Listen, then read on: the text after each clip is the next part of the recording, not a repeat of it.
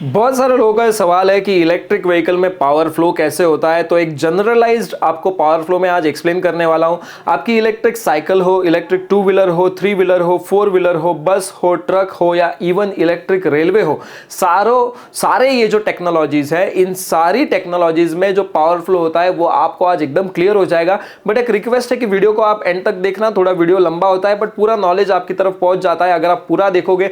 आधा अधूरा देख के छोड़ दोगे तो आधा अधूरा नॉलेज आपको मिलेगा जो काम में नहीं आएगा। तो वीडियो एंड तक देखना। तो यहां पे जो पावर फ्लो की डायग्राम मैंने यहां पे बनाई है उसमें आपको कुछ इंपॉर्टेंट डिस्टिंक्टिव कंपोनेंट दिखेंगे। सबसे पहला जो इंपॉर्टेंट कंपोनेंट यहां पे दिख रहा है दैट इज द बैटरी। और बैटरी जो है ना, इट इज एनर्जी स्टोरेज। तो एनर्जी स्टोरेज में बैटरी अभी हम यूज कर रहे हैं। और बैटरी जो पहले हम यूज करते थे वो लेड एसिड यूज करते थे। उसके बाद में बहुत सारे ट्रांजिशंस आए, लिथियम आयन पे फोकस किया गया। लिथियम आयन की अभी 6 से 7 केमिस्ट्री है, ये भी लोगों को पता नहीं, लोगों को सिर्फ पता है लिथियम आयन बैटरी। तो लिथियम आयन बैटरी की 6 से 7 टेक्नोलॉजीज है, उसकी केमिस्ट्रीज है, जैसे LTO है, NMC है, LFP है, NCA है, बहुत सारी केमिस्ट्री है। अभी हम यूज कर रहे हैं mostly NMC chemistry. NMC is nickel manganese cobalt oxide and दूसरा हम यूज कर रहे हैं LFP that is lithium ferrophosphate. Okay, तो यहां पे NMC का जो एनर्जी डेंसिटी है वो अच्छा है as compare to LFP। That's why NMC हम यूज कर रहे हैं स्पेसिफिकली टू व्हीलर्स में, क्योंकि कम स्पेस में हमें ज्यादा एनर्जी स्टोर करनी है। But if you consider thermal runaway, if you consider thermal stability और and if you consider life, LFP की लाइफ और बाकी सारी चीजें बहुत अच्छी है। सिर्फ उसका ड्रॉबैक ये है कि उसकी एनर्जी डेंसिटी कम है। इसका मतलब ये होता है कि अगर NMC और LFP सेम बैटरी कैपेसिटी वाले, सपोज 1 किलोवाट आवर की NMC और 1 किलोवाट आवर की LFP आप साइड बाय साइड रख दो तो LFP वाली साइज बड़ी हो जाएगी। तो ये ड्रॉबैक है। बैटरी के बाद में आपको दिखेगा यहां पे बाय डायरेक्शनल कन्वर्टर दिखा है, ये जो DC टू DC कन्वर्टर है। मतलब इसका इनपुट भी DC है, आउटपुट भी DC है। ये bidirectional DC to DC converter हमें क्यों लगता है बाय डायरेक्शनल लगता है? मतलब दोनों डायरेक्शन में पावर फ्लो होगी, क्योंकि जब आप गाड़ी का ब्रेक दबाते हो तो जो मोटर है it acts as a generator. जो एनर्जी जनरेट होती है वो बैटरी में हमें स्टोर करनी है, तो एनर्जी बैक फ्लो होनी चाहिए बैटरी में, इसलिए यहां पे बाय डायरेक्शनल पावर कन्वर्टर आपको देखने को मिलेगा। ऑन द अदर साइड जो स्टार्टिंग होती है, ओके, और जो बाकी चीजें होती है उसके लिए आपको ऑक्सिलरी बैटरी भी लगती है। यहां पे आपको दिखेगी दूसरा DC टू DC कन्वर्टर, ये ऑक्सिलरी बैटरी के लिए यूज किया जाता है। ऑक्सिलरी बैटरी किस चीज के लिए लगती है? स्टार्टिंग करना है आपको व्हीकल का, हेडलैम्प्स, टेल लैम्प्स, इंडिकेटर्स है, हॉर्न है, तो छोटा पावर सप्लाई जहां पे लगता है वो आपको ये small DC to DC converter देता है। मतलब फॉर एग्जांपल अगर आप नेक्सॉन EV की बात करो तो नेक्सॉन EV में यहां पे हाई वोल्टेज बस 400 वोल्ट का है, ये लो वोल्टेज करके यहां पे 12 वोल्ट या 48 वोल्ट देता है, जिससे आपके बेसिक चीजें चलती है। ये इंपॉर्टेंट है। ओके, तो ये हाई वोल्टेज बस है जो पावर ट्रेन चलाता है, और ये लो वोल्टेज बस है जो आपकी ऑक्सिलरी चलाएगा, आपको गाड़ी को स्टार्टिंग में हेल्प करेगा। और यहां पे ये जो दिख रहा है unidirectional power converter for charging, ये चार्जिंग है। तो यहां पे ये हमने दिखाया जो है, इसमें 2 मेथोडोलॉजीज होती है, ऑन बोर्ड चार्जर और of board charger. On board charger जो होता है व्हीकल के अंदर ये AC टू DC कन्वर्जन होता है। जब आप पावर सप्लाई लगाते हो चार्जर को तो बाहर से उसको AC सप्लाई मिल रहा है, वो अंदर AC टू DC कन्वर्ट होता है और फिर इस बाय डायरेक्शनल कन्वर्टर के थ्रू बैटरी को चार्ज करता है। अभी नया टेक्नोलॉजी आया है व्हीकल टू ग्रिड, जिसमें ये बाय डायरेक्शनल बन जाएगा। मतलब इलेक्ट्रिक व्हीकल की बैटरी आप डिस्चार्ज करोगे और वो ग्रिड को सप्लाई करोगे, तो उसमें क्या होता है, ये बाय डायरेक्शनल बन जाता है। यहां पे एक यूनिडायरेक्शनल है।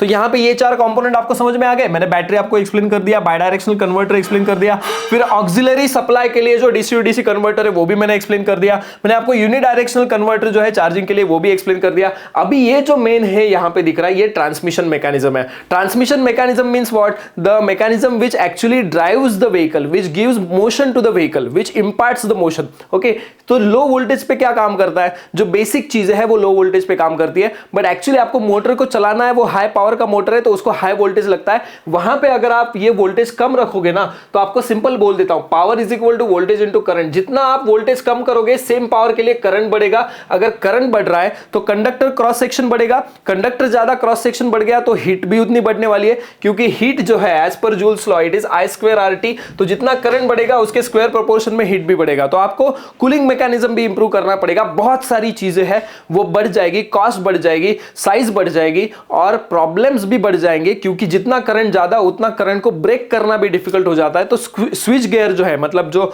ऑन ऑफ के मैकेनिज्म है, वो भी उतने पावरफुल आपको खोलेंगे वो भी ज्यादा खर्चे वाले बन जाएंगे। तो यहाँ पे हम लो वोल्टेज पे क्यों काम नहीं करते, क्योंकि पावर रिक्वायरमेंट हाइयर है, तो हाइयर पावर रिक्वायरमेंट तो हाइयर वोल्टेज लगता है। कोई कोई इलेक्ट्रिक व्हीकल्स जैसे BYD है वो तो 700 वोल्ट पे चलती है, 700 वोल्ट उसका DC वोल्टेज लिंक वोल्टेज होता है जो हाई वोल्टेज बस होता है। तो यहां पे आपको देखने को मिलेगा ये भी आपको बायडायरेक्शनल कन्वर्टर है DC टू AC, क्योंकि ये जो ब्लॉक डायग्राम मैंने यहां पे डाला है इसमें हमने जो मोटर दिखाया है ये एक्चुअली AC मोटर है। तो बैटरी का जो एनर्जी स्टोरेज है वो DC होता है, ये DC टू AC कन्वर्ट करना है हमें, बट ये बायडायरेक्शनल चाहिए, क्योंकि जब आप यहां पे आगे व्हील्स पे ब्रेक दबाओगे तो ये मोटर जो है it will act as a generator and energy will come back to the battery. That's why यहां पे also you require bidirectional power electronic drive, and then that converts the AC generated electricity into DC, and then it comes back through the bidirectional converter to the battery. तो ये complete mechanism, अभी आप कौन सा भी vehicle देखो, whether it is 2 wheeler 3 wheeler बस auto rickshaw या even the what you can say the train, उसमें भी आपको सेम मेथोडोलॉजी मिल जाएगी। सो यहाँ पे टोटल पावर इलेक्ट्रॉनिक्स का इंपैक्ट कितना है देखो, सारा पावर इलेक्ट्रॉनिक्स है। This bidirectional converter AC to DC is a power electronic, this bidirectional DC to DC converter is a power electronic, this onboard charger is a power electronics, this unidirectional converter is a power electronics. सारा power electronics है, और power electronics ही systems को efficient बनाता है, but at the same time power electronics के वजह से ही पावर क्वालिटी खराब हो जाती है। तो जो जितना आप अच्छा करना चाहते हो उतना बुरा भी होता है, फिर से वो पावर क्वालिटी को इंप्रूव करने के लिए फिर से पावर इलेक्ट्रॉनिक्स ही यूज करना पड़ता है। तो सारी जगह पे आपको पावर इलेक्ट्रॉनिक्स एंड कंट्रोल देखने को मिलेगा। अभी यहाँ पे जितने भी कंपोनेंट्स आपको दिख रहे हैं, इन सारे कंपोनेंट्स की अलग अलग कंट्रोल मैकेनिज्म है, इन सारे कंपोनेंट्स की अलग अलग कॉस्ट है, इन सारे कंपोनेंट्स की अलग अलग मेथोडोलॉजी है। DC टू DC कन्वर्टर बहुत सारे टाइप के हैं, DC टू DC कन्वर्टर बहुत सारे टाइप के हैं। तो जैसे व्हीकल चेंज होगा वैसे as per the need of the manufacturer, as per the innovation the manufacturer is doing, इसकी मेथोडोलॉजी चेंज हो सकती है। यहाँ पे जो मोटर है इसकी भी बहुत सारी टाइप्स है। BLDC मोटर आपके पहिए में जो बैठती है, 2 व्हीलर में हम यूज करते हैं, PMSM मोटर हम 2 व्हीलर में यूज करते हैं, या हम IPMM मोटर यूज करते हैं, इंटीरियर परमानेंट मैग्नेट मोटर, या हम यूज करते हैं इंडक्शन मोटर, या हम यूज करते हैं SRM स्विच रिलक्टेंस मोटर। बहुत सारी मोटर्स है भाई।